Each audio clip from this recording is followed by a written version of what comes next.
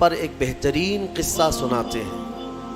تو قصص کے نام سے یعنی قصوں کے نام سے پوری ایک سورہ ہے، اور اس میں کون سے واقعات بیان کیے گئے ہیں؟ وہ سیدنا موسیٰ کلیم اللہ علیہ الصلوۃ والتسلیم کی پیدائش سے لے کر ان کے نبوت کے معاملات، اور پھر فرعون کے ساتھ ان کی جو مناظرے، مکالمے، مجادلے ہوئے، ان سب چیزوں کے متعلق اس میں بیان کیا گیا ہے.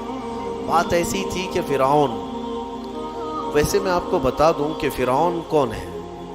فرعون صرف ایک شخص کا نام نہیں ہے. مصر کا جو بھی بادشاہ ہوتا تھا اس کا لقب فرعون ہوتا تھا. تقریباً 18 یا 19 فرعون آئے ہیں. جو بھی بادشاہ ہوتا تھا اس کا لقب تھا یہ فرعون. اکثر لوگ اس کو نام سمجھتے ہیں. فرعون بادشاہ کو کہتے وہاں کے مصر کے، اور نمرود عراق کے بادشاہ کو کہا جاتا ہے، اور ملک روم کا جو بادشاہ ہوتا تھا اس کو قیصر، اور ایران کا جو بادشاہ ہوتا اس کو کسریٰ کہا جاتا. یہ بادشاہوں کے لقب ہوا کرتے تھے، نام الگ ہے ان کے. اب جو موسیٰ علیہ السلام کے زمانے کا فرعون تھا وہ بڑا جری تھا، اسے طاقت پر غرور بھی تھا، گھمنڈ بھی تھا. ایسا ہے کہ تقریباً 100 سال تک تو کبھی اس کو سردی بخار بھی نہیں آئے، بیمار کبھی نہیں ہوا. تو آدمی کو جب کوئی تکلیف نہ آئے تو وہ غرور میں بڑھ جاتا ہے، اور اسے ایسا لگنے لگتا ہے کہ میں سب سے پاورفل آدمی ہوں دنیا کا، مجھے کچھ ہو نہیں سکتا. تو یہی فرعون ہے جس نے اپنے زمانے میں یہ اعلان کیا تھا کہ لوگوں میں تمہارا رب ہوں، تمہارا بڑا رب میں ہوں، میری عبادت کرو. بات تو چل رہی تھی، اور لوگوں کو اپنی خدمت پر معمور کرنے کی بجائے اپنی عبادت پر معمور کرتا تھا. ہزاروں لوگ اس کو سجدہ بھی کرتے. ایک دن ایسا ہوا کہ فرعون نے خواب دیکھا، آسمان سے ایک تارا ٹوٹ کر اس کی گود میں گرا یا اس کے محل پہ گرا، اور پھر آگ لگ گئی اس کے محل میں. وہ گھبرا کر کے اٹھا. صبح نجومیوں کو، کاہنوں کو بلایا کہ اس خواب کی کوئی تعبیر صحیح بتا دے. بہتوں نے الگ الگ تعبیریں بتائی. پھر جو بڑے ماہر نجومی تھے انہوں نے کہا کہ اس خواب کی تعبیر یہ ہے کہ بنی اسرائیل خاندان میں ایک بچہ پیدا ہوگا جو تیری سلطنت کو ہلاک کر دے گا، تیری سلطنت کے ہلاک کرنے کا باعث بنے گا. خواب کی تعبیر سننے کے بعد شاہی فرمان جاری کر دیا اس نے کہ بنی اسرائیل میں آج کے بعد جو بھی لڑکا پیدا ہوگا اسے مار دیا جائے گا، کیونکہ وہ بچہ کہیں سلطنت کی ہلاک کرنے والا پیدا نہ ہو جائے. تو یہ اعلان کے بعد بنی اسرائیل خاندان میں جو بھی لڑکا پیدا ہوتا اسے مار دیا جاتا. یذبح ابناءہم ویستحیی نساءہم. قرآن میں ہے، اللہ فرماتا ہے وہ لوگ، یہ فرعون بیٹوں کو ذبح کر دیتا تھا اور لڑکیوں کو زندہ چھوڑ دیتا تھا. 1 سال کے اندر انہوں نے 12,000 بچوں کو ذبح کیا. پیدا ہوتے ہی قتل کر دیتے تھے. لڑکے کو زندہ رہنے کا حق نہیں تھا، صرف ڈر تھا. یہ وہ زمانہ ہے جب موسیٰ علیہ الصلوۃ والتسلیم کے بھی ولادت نہیں ہوئی. ولادت سے پہلے اتنے بچے مارے گئے. پھر اس کے درباریوں نے اس سے ریکویسٹ کیا کہ اگر ایسے سب مار دیے جائیں تو آپ کی خدمت کے لیے بچے کہاں سے ملیں گے، جوان کون ہوگا. تو پھر 1 سال مارا جاتا، 1 سال چھوڑا جاتا. جیسے کورونا میں تخفیف دی جاتی ہے نا، ہاں، کہ صبح 6 بجے سے لے کر شام 6 بجے تک پابندی، 6 بجے کے بعد، یا پھر شام کے 6 بجے سے پابندی لگ جاتی ہے. بھائی 24 گھنٹے تو آنا ہی آنا ہے. وہ جو بچہ پیدا ہونا ہے وہ سال بھر یا دوسرے سال کبھی بھی پیدا ہوگا. لیکن اس زمانے کا بھی یہی قانون تھا جو کورونا کا ہے، کہ 1 دن چھٹی اور 1 دن ڈیوٹی. تو 1 سال نہیں مارا جائے گا اور 1 سال مارا جائے گا. اب یہ کیسے یقین کے ساتھ کہہ سکتے ہیں کہ جس سال نہیں مارا جا رہا ہے اس سال پیدا نہیں ہوگا بچہ.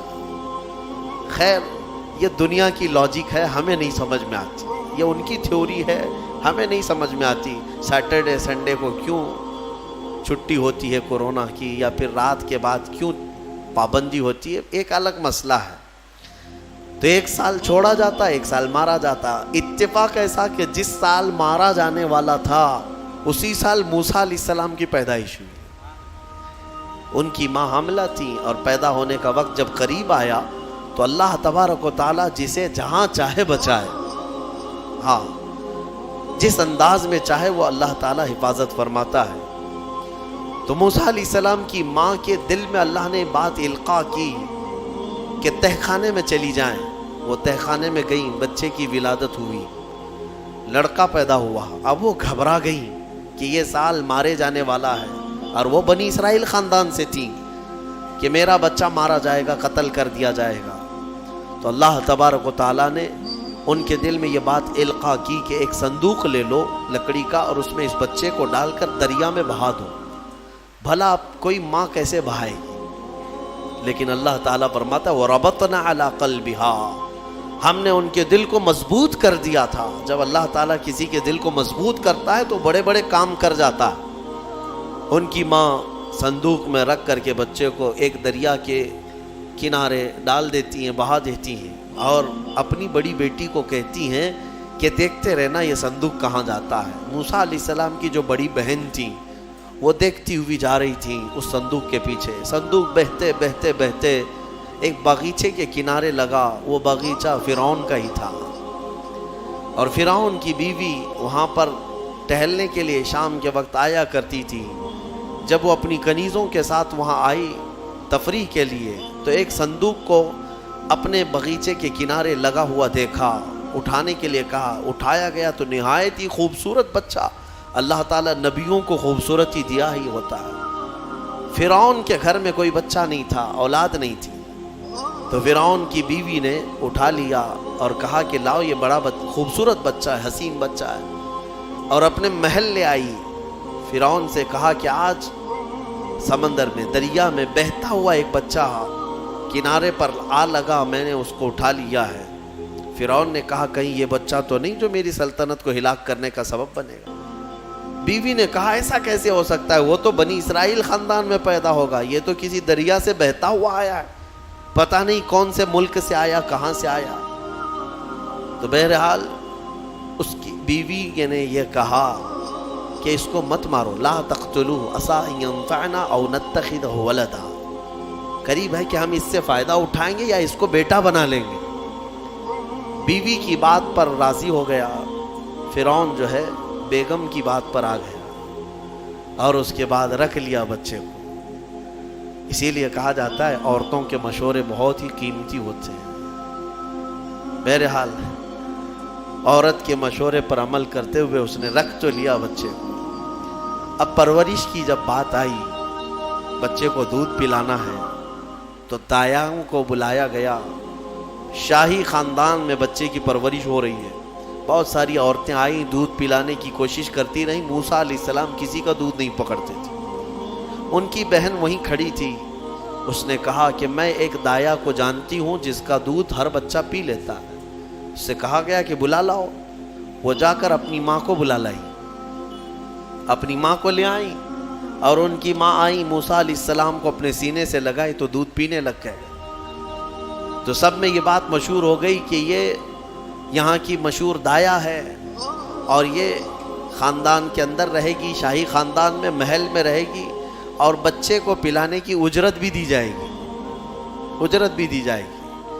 فرعون کے گھر میں پرورش بھی اور انہی کی ماں سے دودھ بھی پلانا، پھر پلس اس کی اجرت بھی دلانا، یہ شان ہے رب ذوالجلال کی۔ وہ جہاں چاہے جیسے چاہے پرورش فرمائے۔ حق کی حفاظت کرنا یہ مولا کی شان ہے، حق کی حفاظت وہ ہر زمانے میں کرتا رہتا ہے۔ اسی لیے کہا گیا ہے کہ اللہ تبارک و تعالیٰ جس چراغ کی حفاظت فرمائے، بڑی بڑی آندھیاں اس کو نہیں بجھا سکتی، اور جس کو بجھانا چاہے سارے انتظامات کے بعد بھی منٹوں میں اسے گل کر دیتا ہے۔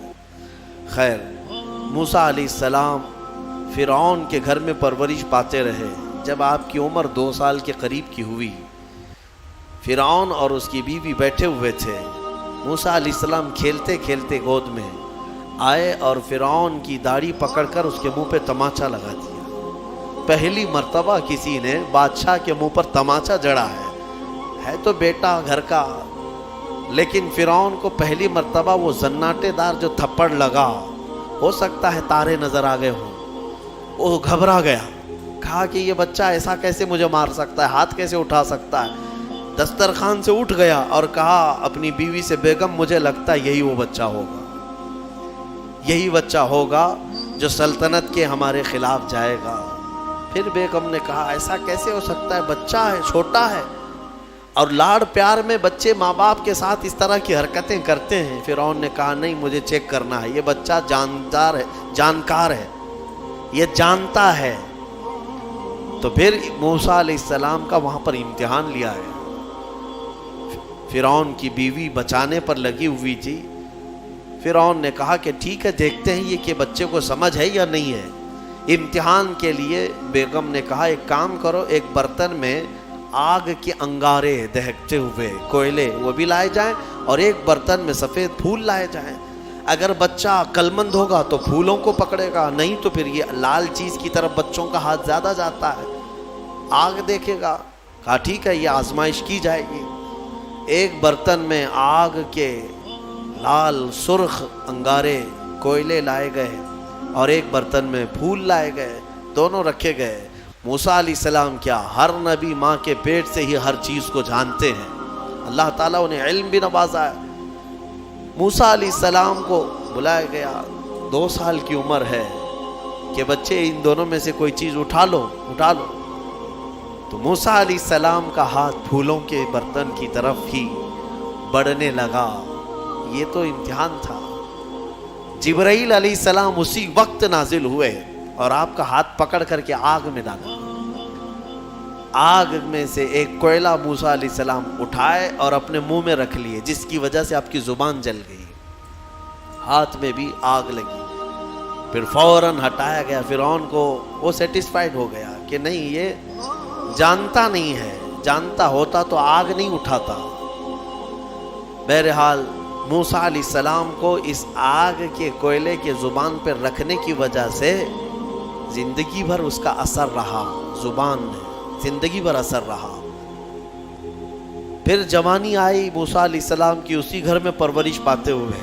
پھر آپ وہاں سے نکلے اور آپ کی ماں نے آپ کو ساری چیزیں بتا دیں کہ ہم بنی اسرائیل سے ہیں، نبیوں کا خاندان ہے، اللہ تبارک و تعالیٰ کی عبادت پر ہم ہیں، اور فرعون ظالم ہے اور وہ اپنی پرستش کرواتا ہے، اپنی عبادت کرواتا ہے، لہذا ہم فرعون کے خاندان سے نہیں ہیں۔ تو موسیٰ علیہ السلام جوان ہونے کے بعد ان تمام سچویشن کو سمجھ چکے تھے، سارے حالات۔ ایک بار ایسا ہوا کہ موسیٰ علیہ السلام اپنی بستی سے باہر کی طرف جا رہے تھے، 2 لوگوں کو لڑتے ہوئے دیکھا۔ ایک بنی اسرائیل کا تھا، ان کے خاندان کا تھا، ایک فرعون کے خاندان کا تھا۔ یعنی فرعون کا جو خاندان تھا، عمالقہ ان کو کہتے ہیں، اور ان کو قبطی کہا جاتا ہے آج بھی مصر میں۔ تو قبط خاندان سے ہوا کرتے تھے۔ تو ان کا ایک آدمی اور ان کے خاندان کا ایک آدمی لڑ رہے تھے۔ تو ان کے خاندان کا جو آدمی تھا وہ پکارا موسیٰ علیہ السلام، ہائے ہائے میں مرا جا رہا ہوں، مجھے بچا لو موسیٰ، مجھے بچا لو۔ موسیٰ علیہ السلام آئے، دیکھا دونوں جھگڑ رہے ہیں۔ ایک تو اپنے خاندان کا تھا بنی اسرائیل، ویسے بھی بنی اسرائیل پر اس وقت بڑا ظلم کیا تھا فرعون نے۔ تو موسیٰ علیہ السلام نے موقع پاتے ہی، یعنی وہ فرعونی تھا، ایک گھونسا لگایا اس کو، ایک گھونسا اس کو لگایا، وہ زمین پہ گرا اور مر ہی گیا، ختم ہی ہو گیا۔ نبی کا پنجہ لگایا نا، نبی کے ہاتھ سے ایک مار کھایا اور مر گیا۔ فَوَكَزَهُ مُوسَى فَقَضَى عَلَيْهِ، قرآن میں ہے کہ ایک گھونسا لگایا اور اس کا کام تمام کر دیا موسیٰ علیہ السلام۔ پھر حضرت موسیٰ علیہ السلام کو افسوس ہوا کہ یہ مجھ سے کیا ہو گیا، یعنی میں نے تو اس دونوں کے جھگڑوں کو چھڑانے کے لیے کوشش کیا، لیکن میرے ہاتھ سے یہ مر گیا۔ اللہ کی بارگاہ میں آپ نے استغفار کرنا شروع کیا، اے اللہ تو مجھے معاف فرما دے۔ فغفر لہ، اللہ تعالیٰ نے معاف بھی فرمایا، آیتیں نازل ہوئی۔ پھر چند دن کے بعد ایسا ہوا، پھر ان کے خاندان والا بنی اسرائیلی ایک بار پھر کسی سے لڑ رہا تھا، دوسرا ہی دن تھا۔ موسیٰ علیہ السلام کو پھر آج اس نے پکارا، تب موسیٰ علیہ السلام نے کہا غلطی تو تیری ہی ہے، کل بھی تو ہی لڑ رہا تھا، آج بھی تو ہی لڑ رہا ہے، یعنی روز تو نے پیشہ بنا لیا لڑنے کا۔ تو موسیٰ علیہ السلام اپنا پنجہ لے کر اسی کی طرف آنے لگ گئے، یہ جو اسرائیلی تھا تو وہ ڈر گیا. اس کو پتا تھا کہ کل کیا ہوا ہے, ایک گھونسا کھانے کے بعد ہوتا کیا ہے. تو چیخنے لگا, اتريد ان تقتلني كما قتلت نفسا بالامس. موسیٰ کیا تو مجھے بھی ویسی قتل کرنا چاہتا ہے جیسے کل تو نے قتل کیا تھا. یہ کہتے ہوئے وہ جھگڑا چھوڑ کر بھاگ گیا. اب بھاگ کر جا کر فرعون کے خاندان والوں کو, بلکہ فرعون کو سب بتا دیا کہ موسیٰ بنی اسرائیل سے ہیں اور ایک فرعونی کو, ایک تمہارے خاندان والے کو کل موسیٰ نے قتل کیا ہے. تو معاملہ بڑا بگڑ گیا. فرعون کے دربار میں یہ سب اس نے چغلی کیا. بتاؤ وہ کون تھا؟ بنی اسرائیل خاندان سے, موسیٰ علیہ السلام کے خاندان کا تھا, اور فرعون کے ہاں چغلی کیا ہے انہی کی. ہاں, اسی لیے کسی نے کہا نا ہماری کشتی وہیں ڈوبی جہاں پانی کم تھا. اکثر یہ دیکھا گیا ہے کہ درخت کو جس چیز سے کاٹا جاتا ہے ہوتی لوہے کی کلہاڑی ہے, لیکن اس کو پکڑنے والی جو مٹھی ہوتی وہ بھی لکڑی کی ہوتی ہے, اور لکڑی سے بڑے بڑے درختوں کو کاٹ دیا جاتا ہے. اور اسی لیے کسی دانشور نے یہ بھی کہا ہے ماچس کی تلیاں بھی بہت چھوٹی چھوٹی لکڑیوں سے ہی بنتی ہیں, لیکن وہ بڑے بڑے درختوں کو جلا سکتی ہیں. آپ اندازہ یہ کریں کہ اکثر اس دنیا میں دھوکہ یہ اپنے لوگوں کے ذریعے سے پہنچتا ہے, اور یہ بڑا دھوکہ ہوتا ہے. ایمان والوں کو بھی آج تک جس چیز کا سب سے بڑا نقصان اٹھانا پڑا ہے وہ جماعت کے اندر موجود منافقین سے, غداروں سے, منافقین سے, ہر زمانے میں. اس لیے کہ یہ چوہے پتہ نہیں چلتے, گھر کے اندر ہوتے ہیں, ساتھ اٹھتے بیٹھتے ہیں, ساری چیزوں کی خبر دیتے ہیں. میرے عزیزوں, ان تمام چیزوں کے سلسلے میں میں بہت مرتبہ کہہ چکا ہوں, آج بھی میں یہ عرض کرتا ہوں مولا کی بارگاہ میں کہ اے مولا, سب سے پہلے تو ہماری جماعت میں موجود ان غداروں اور منافقین کو بے نقاب کر انہیں ہلاک و برباد فرما, جن کے ذریعے سے اسلام اور مسلمانوں کو بڑا نقصان ہے. ہمارے حضرت فرمایا کرتے تھے کہ اللہ تبارک و تعالیٰ کافروں پر کبھی بھی مسلمانوں کو غلبہ نہیں دیتا, کبھی نہیں دیتا, مگر یہ کہ کسی مسلمان کے ذریعے سے ہی وہ کافروں پر, مومنین پر غلبہ حاصل کر لیتے ہیں. ہاں, یہ چیزیں دیکھنے کو ملتی ہیں کہ تمہارے گھروں کے پتے وہی لوگ بتاتے ہیں جو آس پڑوس میں ہوا کرتے ہیں. آؤ, دوسروں کو بلا کر کے لا کر کے دکھاتے ہیں کہ یہ ان کا گھر ہے, یہ فلاں کا گھر ہے, یہاں سے اٹھائیے, آپ یہاں سے لے جائیے. مومنین کی خبر گیری کرنے والے جو منافق صفت ہوتے ہیں ان کے لیے بڑا دردناک عذاب ہے. ان المنافقین فی الدرک الاسفل من النار, بے شک منافق جہنم کے سب سے نچلے حصے میں رہیں. موسیٰ علیہ السلام کی چغلی کیا انہی کے خاندان کا آدمی فرعون کے ہاں جا کر بتایا. فرعون پوری تیاری کر کے کہا کہ موسیٰ کو پکڑو, اور میں پہلے سے کہتا آ رہا تھا کہ وہی بچہ ہے اور میرا گمان صحیح نکلا. اس بنیاد پر اس نے اپنی بیوی کو سزا دینا شروع کیا, حضرت آسیہ. اس بنیاد پر وہ عذاب اس قدر دیا کہ ان کے ہاتھوں پر میخ مار کر انہیں سلاتا تھا, ان کو بالوں سمیت چھت سے لٹکا دیا جاتا تھا. بہت شدت کی تکلیف دی حضرت آسیہ کو, کیونکہ وہ موسیٰ علیہ السلام پر ایمان لاتی, وہ موسیٰ کے خدا پر ایمان رکھتی تھی. تو فرعون نے اپنے جانبازوں کو, اپنے لڑاکوں کو بھیجا کہ موسیٰ کو پکڑو. وہ سب نکلے تو ایک ان کی اچھائی چاہنے والا, ان کا خیر خواہ شہر سے دوڑتا ہوا آیا. وجاء رجل من اقصى المدینة یسعی, دوڑتا ہوا آیا شہر سے اور کہا, قال یا موسیٰ ان الملأ یأتمرون بک لیقتلوک, فوج پیچھے سے آ رہی ہے تمہیں قتل کرنے کے لیے, تم یہاں سے فوراً نکل جاؤ, یہ بستی چھوڑ دو. حضرت موسیٰ علیہ السلام اس کی بات سن کر کے نکل پڑے. یہ مصر کی سرزمین تھی, چھوڑ کر کے آپ وہاں سے نکلے.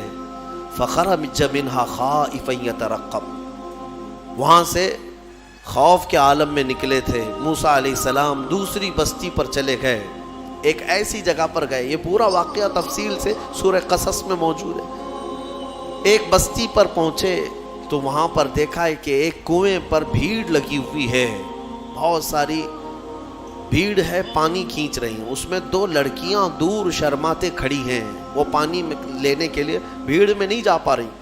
تو موسیٰ علیہ السلام بھیڑ کو چیرتے ہوئے آئے اور ان دو لڑکیوں کے لیے پانی آپ نے ڈول سے نکلوایا۔